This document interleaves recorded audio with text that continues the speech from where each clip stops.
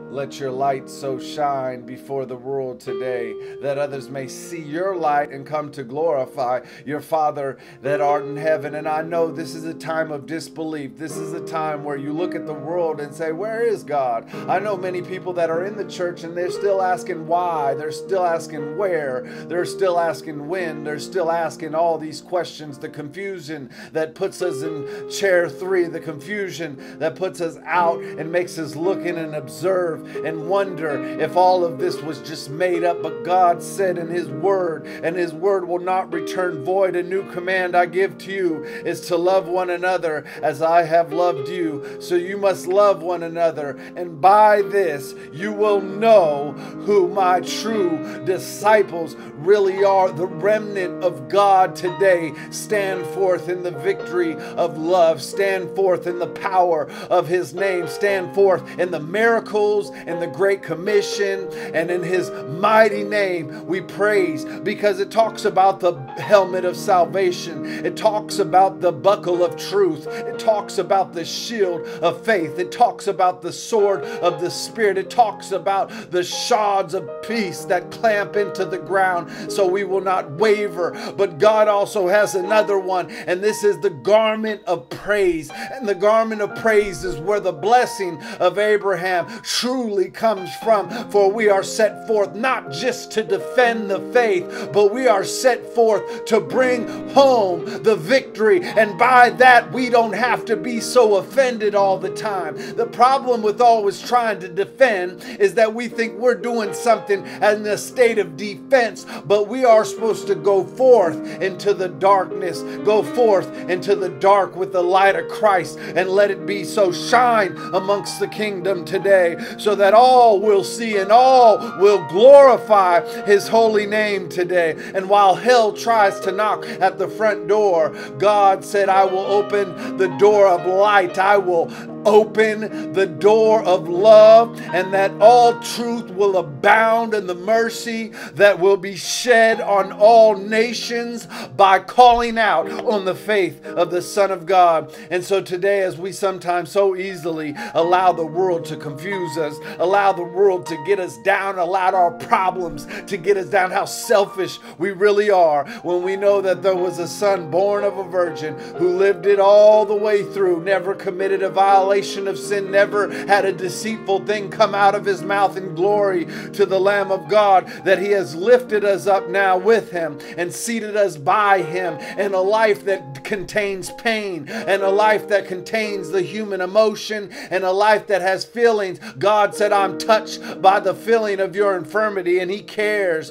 because He cares for the lost. He cares that you may stay in the focus of God Almighty today, as we praise Him today and giving Him the honor and giving Him the high praise with the garment of praise today in Jesus' name. So many people often don't realize how far their praise can really go. We're always on defense mode anymore. Even our nation, we're mostly on defense mode. And so what we have to do is we have to say in our life that we can't just be on defense. We have to be on offense.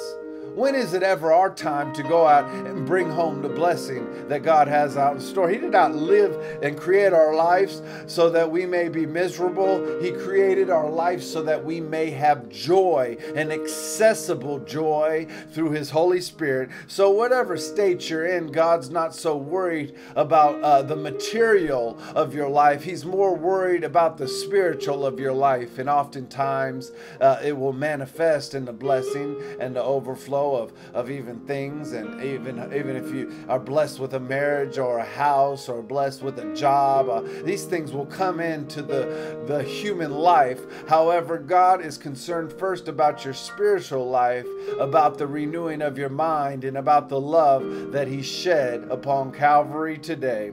So in Jesus' name today, I said, let's let this time be an evaluation of where we're at. So the peace of God that surpasses all understanding understanding and human intellect will surround you and be your guide, and will lift you up and bring forth sobriety and bring forth the power of his anointing to charge you with the same power that Jesus had. So when you go out, you're not just going out just to live a life that's not worthy of the call, but so you can live a life where God says, well done.